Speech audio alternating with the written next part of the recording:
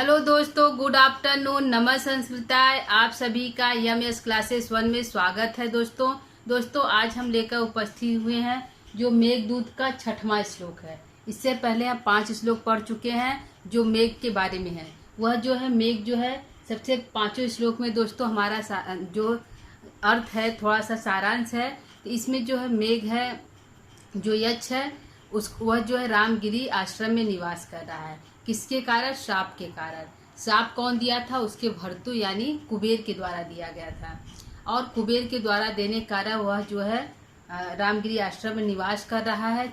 जो है आषाढ़ के प्रथम दिन जो है मेघ को देखता है और मेघ को देखता है और सोचता है कि हम अपने इसको दूत बनाकर अपनी यक्षिणी के पास भेजें और यक्षिणी के जीवन को बचाने के लिए वह अपनी कुशलता के समाचार को भेजना चाहता है। किसके पास? यक्षिणी के पास। तो यक्षिणी के पास भेजना चाहता है अपनी कुशलता मई को। तो इसमें जो कहा गया है कि मेघ जो है किन तथ्यों से मिलकर बनाया था? धूम, ज्योति, सलिल, मरुता।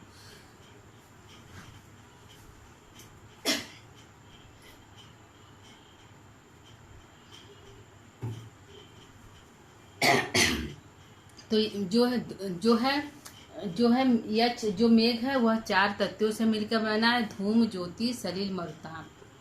और कहाँ संदेश, कहाँ मेघ और कहाँ क्व मेघम क्व संदेशार्थ। कहाँ मेघ कहाँ संदेश। मेघ तो एक पटुकरणीय प्राणी भी के द्वारा भेजे जाने वाला है, जबकि मेघ जो है हमारा धुआं, ज्योति, हवा, पानी से इससे युक्त सम्मिश्रण है। एक युग से चारों चीजों से बना हुआ एक मेघ है और उसके द्वारा हम संदेश भेज रहे हैं। तो जो यक्ष है वो ऐसा क्यों कर रहा है? क्योंकि जो कामार्ता व्यक्ति होता है, जिसकी कोई कामना है, कोई इच्छा है, तो ऐसा व्यक्ति जो है वह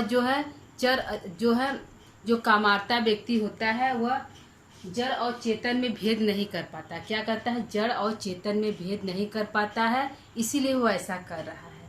ठीक है। तो इस श्लोक में दोस्तों हम देखेंगे कि यह जो है यक्ष जो है वह जो है मेघ को क्या बोल रहा है कि तुम किस वंश में उत्पन्न हुए, मैं तुमको जानता हूँ। तुम पुष्करावर्त आवर्त वंश में उत्पन्न हुए हो, अतः मैं तुम्हें जानता हूँ। इसलिए मैं तुम ऊंचे कुल खानदान में उत्पन्न हुए हो, इसलिए मैं तुमसे याचना कर रहा हूँ कि तुम मेरे संदेशों को लेकर जाओ। तो ठीक है दोस्तों, तो आइए हम 6वां श्लोक पढ़ते हैं और इसके अर्थ को देखते हैं। जातम वंशे भुवन विदिते, जातम वंशे भुवन विदिते, पुष्करावर्तकानां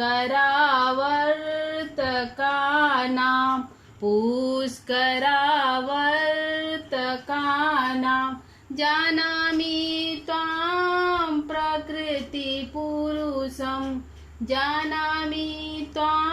प्रकृतिपुरुषं कामरूपं मघोन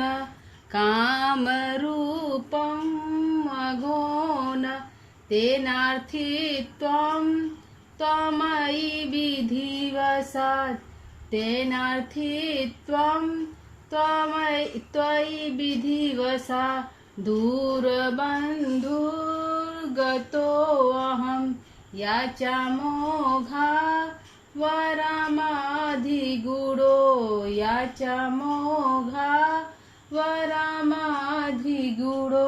नाधमे लब्ध कामा।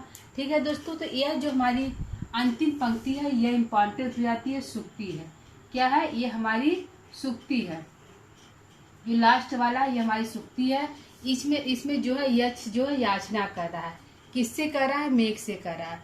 उसका कहने का अर्थ है कि यदि मैं क्योंकि अधिक बुरे, तुम अधिक बुरे ऊंचे कुल खानदान के हो, क्योंकि जो ऊंचे कुल खानदान के होते हैं, यदि उससे मैं कुछ मांगू, यदि मैं उनसे याचना करूं, क्या करूं?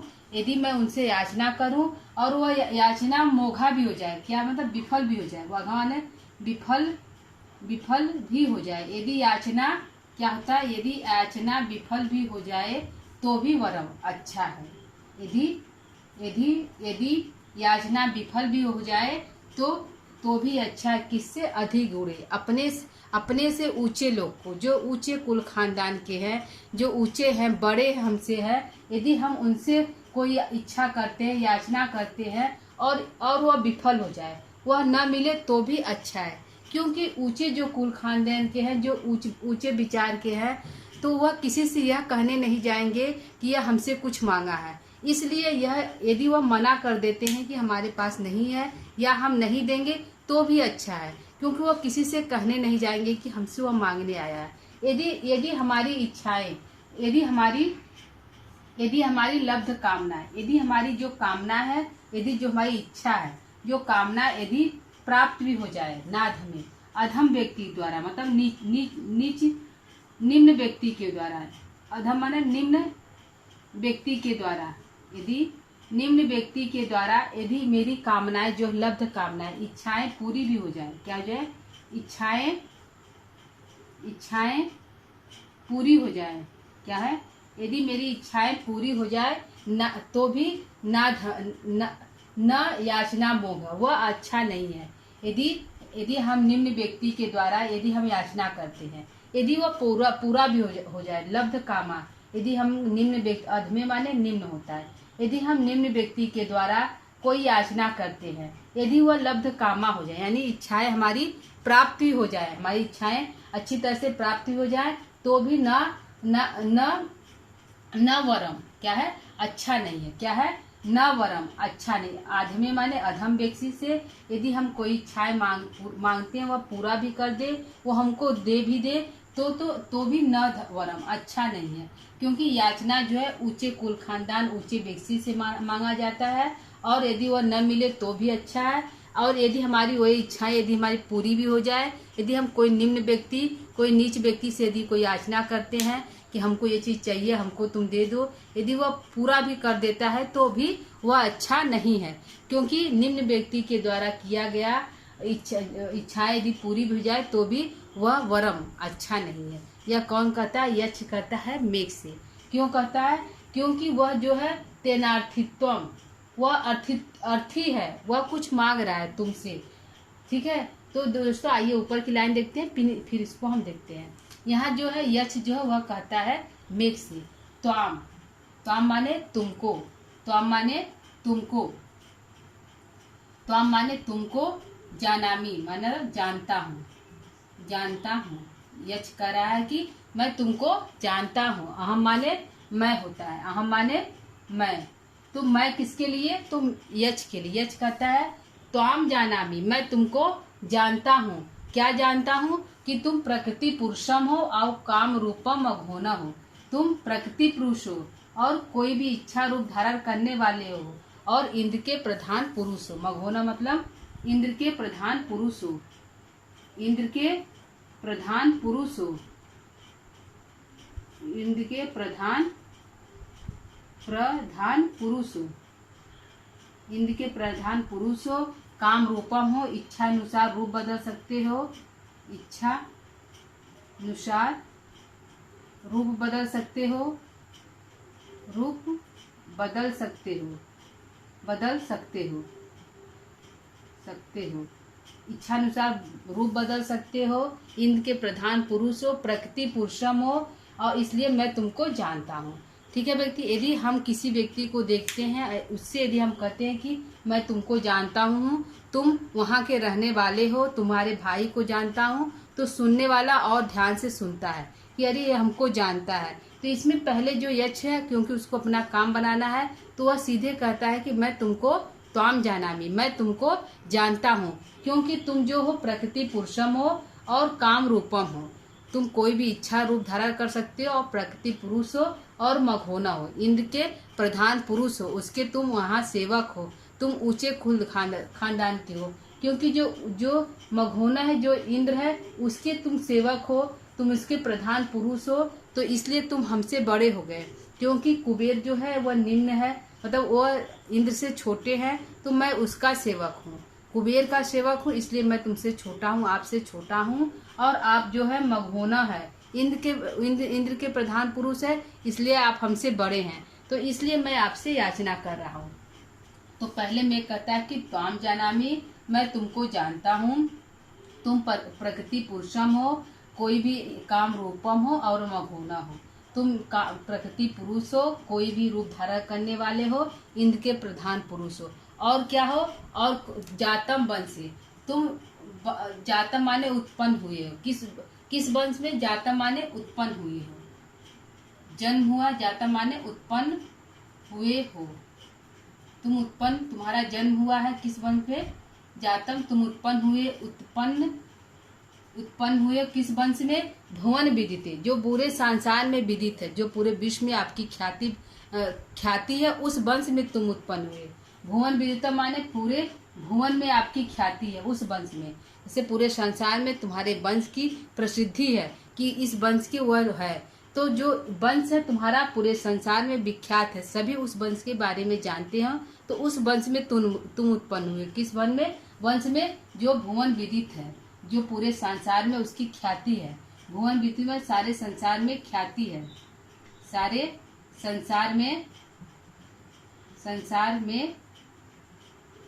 संसार में जिसकी ख्याति है, जिसकी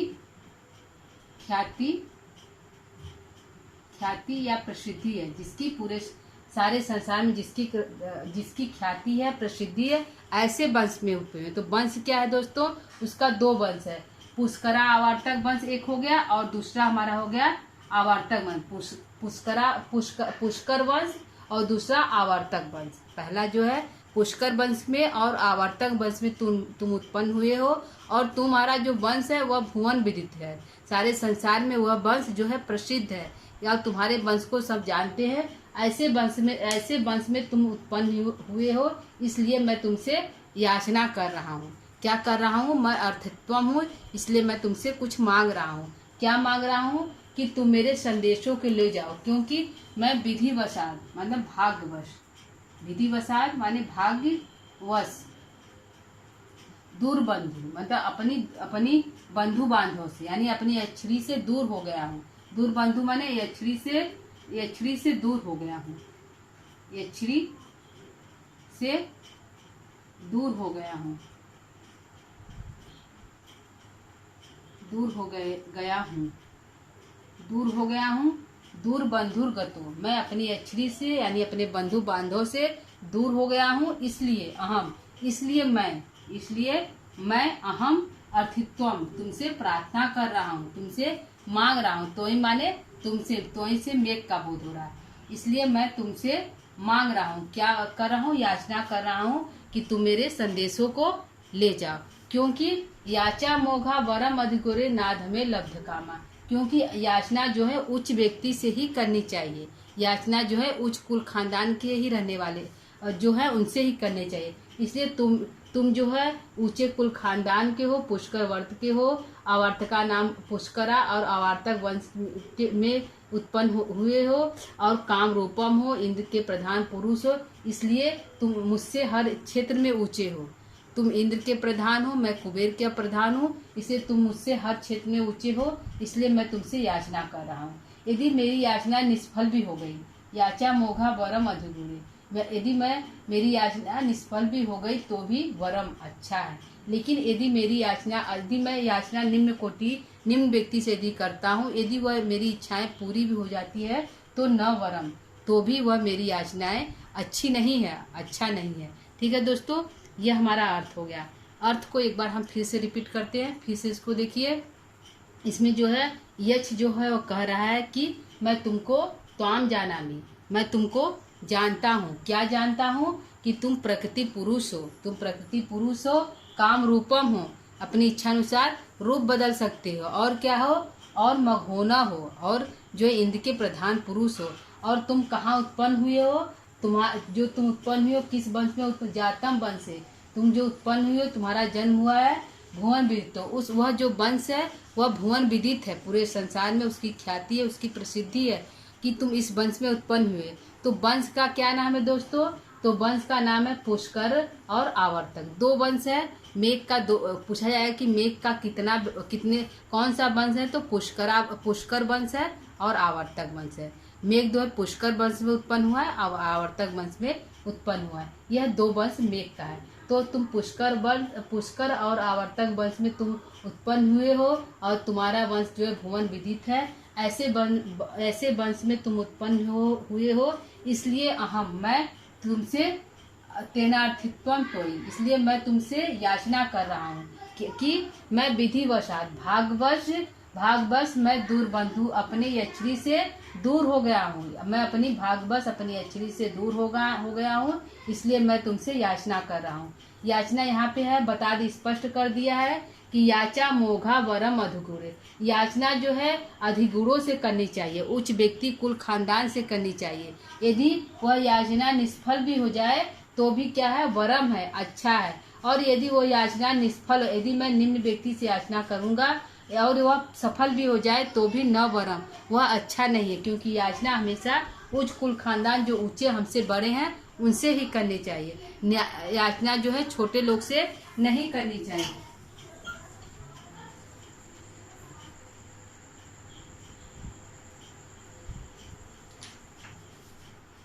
ठीक है दोस्तों, तो याचना क्या किससे करनी चाहिए, हमेशा जो हमसे बड़े हों, हमसे मतलब अच्छे हों, बड़े हों, उनसे याचना करनी चाहिए। उनसे याचना करने पर हमारी इच्छाएं पूरी होती हैं। यदि हम अपने छोटे लोग से याचना करते हैं, वह यदि पूरी भी हो जाती तो भी अच्छा नहीं लगता है। तो यह कबीर जो कालिदास है वो स्पष्ट कर दिए कि हमेशा याचना वो अपने ऊंचे वाले व्यक्ति से ही मांगना चाहिए और जो उच्च कुल खानदान से उनसे मांगना चाहिए।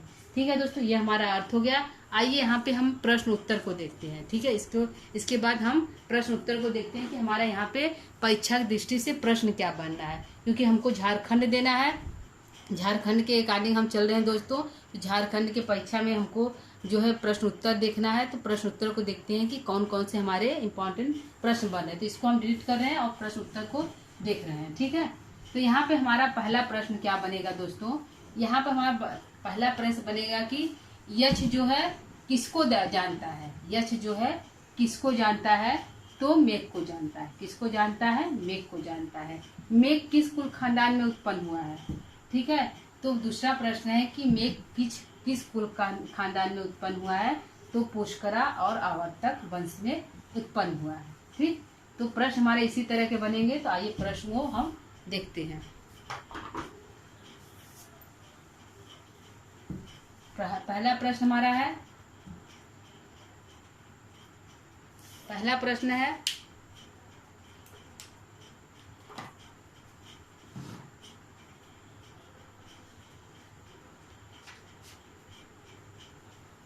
पहला इच्छानुसार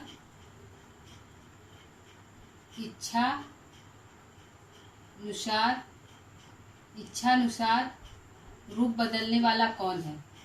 इच्छानुसार रूप बदलने वाला कौन है, इच्छानुसार रूप बदलने वाला कौन है।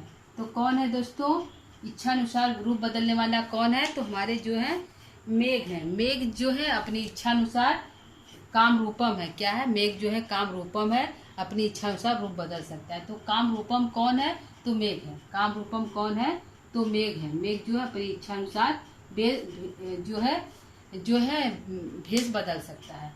दूसरा हमारा प्रश्न है कि मेघ किस वंश का है। मेघ जो है किस वंश में उत्पन्न हुआ है। मेघ किस वंश का है, सीधे से आंसर है किस वंश का है। मेघ किस वंश का है, तब पुष्करा और आवर्तक। क्या है, पुष्करा और आवर्तक।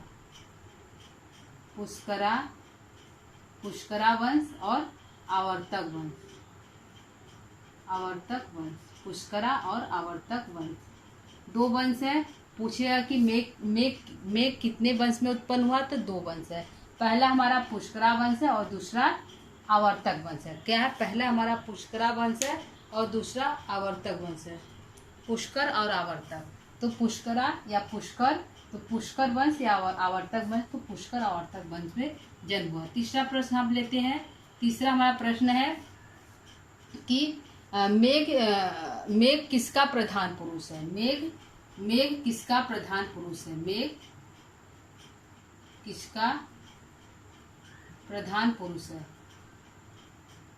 प्रधान पुरुष है। तो किसका प्रधान पुरुष है दोस्तों? अभी हम पढ़ाए हैं मेघ किसका प्रधान पुरुष है। मेघ किसका प्रधान पुरुष है? तो मघोन है, इंद्र का प्रधान पुरुष है। किसका है? इंद्र का प्रधान पुरुष है, इंद्र का प्रधान पुरुष है, प्रधान पुरुष है। इंद्र किसका प्रधान पुरुष है? तो इंद्र का प्रधान पुरुष है। ठीक है, चौथा लिखते हैं मेघ का वंश कैसा है? मेघ का वंश कैसा है? तो भुवन विदित है। पहला है मेघ का वंश कैसा है। मेघ का वंश, मेघ किस वंश में उत्पन्न हुआ है? तो पुष्कर आवर्तक वंश में उत्पन्न हुआ है। मेघ किस वंश का है? तो पुष्कर आवर्तक। मेघ का वंश कैसा है? तो भुवन विदित है। मेघ का वंश कैसा है? कैसा है? तो भुवन विदित। कैसा है दोस्तों? मेघ का वंश कैसा है? तो भुवन विदित है। क्या है? भुवन विदित, भुवन विदित है। मेघ का वंश कैसा है? तो भुवन विदित वंश है, सारे संसार में वह प्रसिद्धि है। ठीक है, अगला है यक्ष किसको जानता है। पांचवा है यक्ष किसको जानता है। यक्ष किसको किसको जानता है। यक्ष किसको जानता है? तो मेघ को जानता है। किसको जानता है? यक्ष किसको जानता है? तो मेघ को जानता है। किसको जानता है? मेघ को यक्ष जानता है। ठीक है, अगला प्रश्न देखते हैं, छठवां प्रश्न देखते हैं। छठवां क्या प्रश्न है? छठवां प्रश्न है कि किससे किससे याचना करना अच्छा होता है।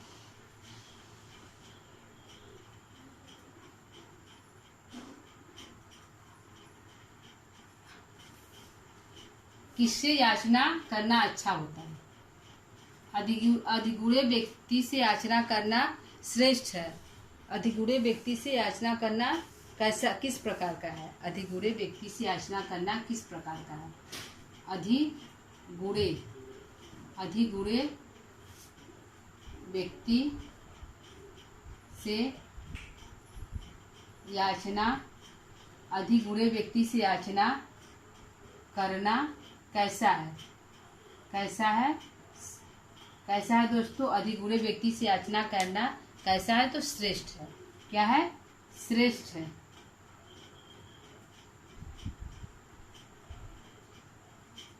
श्रेष्ठ है। कैसा है? श्रेष्ठ है। और सातवां है कि दूर बंधु जो है, दूर बंधु से किसका बोध हो रहा है। क्या है? दूर बंधु से किसका बोध हो रहा है। दूर बंधु शब्द से किसका बोध हो रहा है। दूर बंधु, दूर बंधु से किसका बोध हो रहा है। दूर बंधु शब्द से किसका बोध हो रहा है। दूर बंधु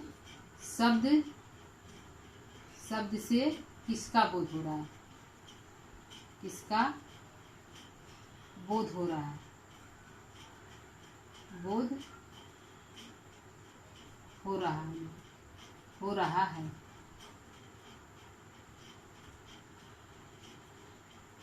जो है दूर बंधु शब्द से किसका बोध हो रहा है दोस्तों? दूर बंधु शब्द से यक्षिणी का बोध हो रहा है। किसका हो रहा है?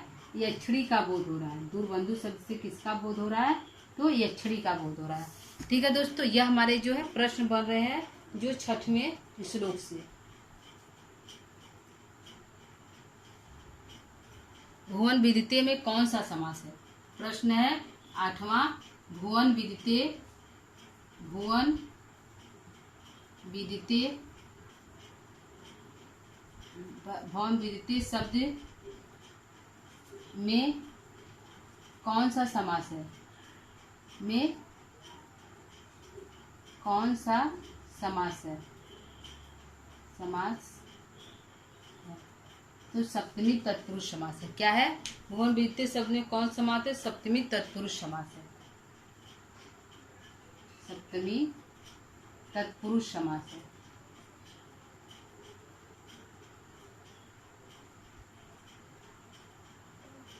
सप्तमी तत्पुरुष समास है। ठीक है, क्या है? सप्तमी तत्पुरुष समास है।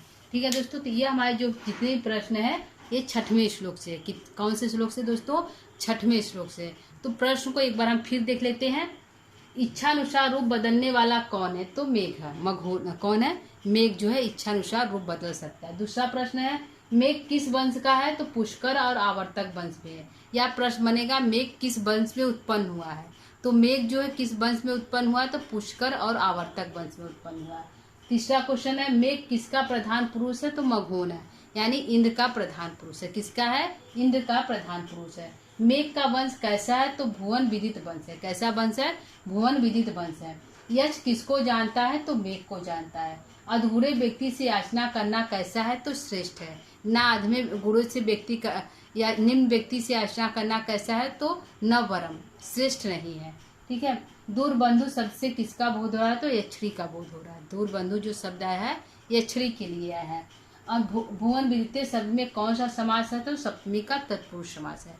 ठीक है दोस्तों, तो ये हमारे प्रश्न हो गए और छठवें श्लोक का अर्थ भी पढ़ा दिए दोस्तों और प्रश्न भी पढ़ा दिए। तो क्लास को अब हम यहीं पर विराम देंगे और सातवां श्लोक हम कल लेकर उपस्थित होंगे दोस्तों। तो दोस्तों आज का हमारा आप लोग क्लास जो है जो हम पढ़ाएं आप लोग को यदि अच्छा लग रहा हो, समझ में आ रहा हो तो आप कमेंट कर सकते हैं, लाइक और सब्सक्राइब भी कर सकते हैं। ठीक है दोस्तों, यह जो है परीक्षा दृष्टि से उपयोगी है, इसलिए इसको हम लेकर उपस्थित हो रहे हैं। ठीक, तो क्लास को यहीं पर हम विराम देंगे दोस्तों। कल सातवां श्लोक फिर से पुनः उपस्थित होंगे। तब तक के लिए नमः संस्कृताय।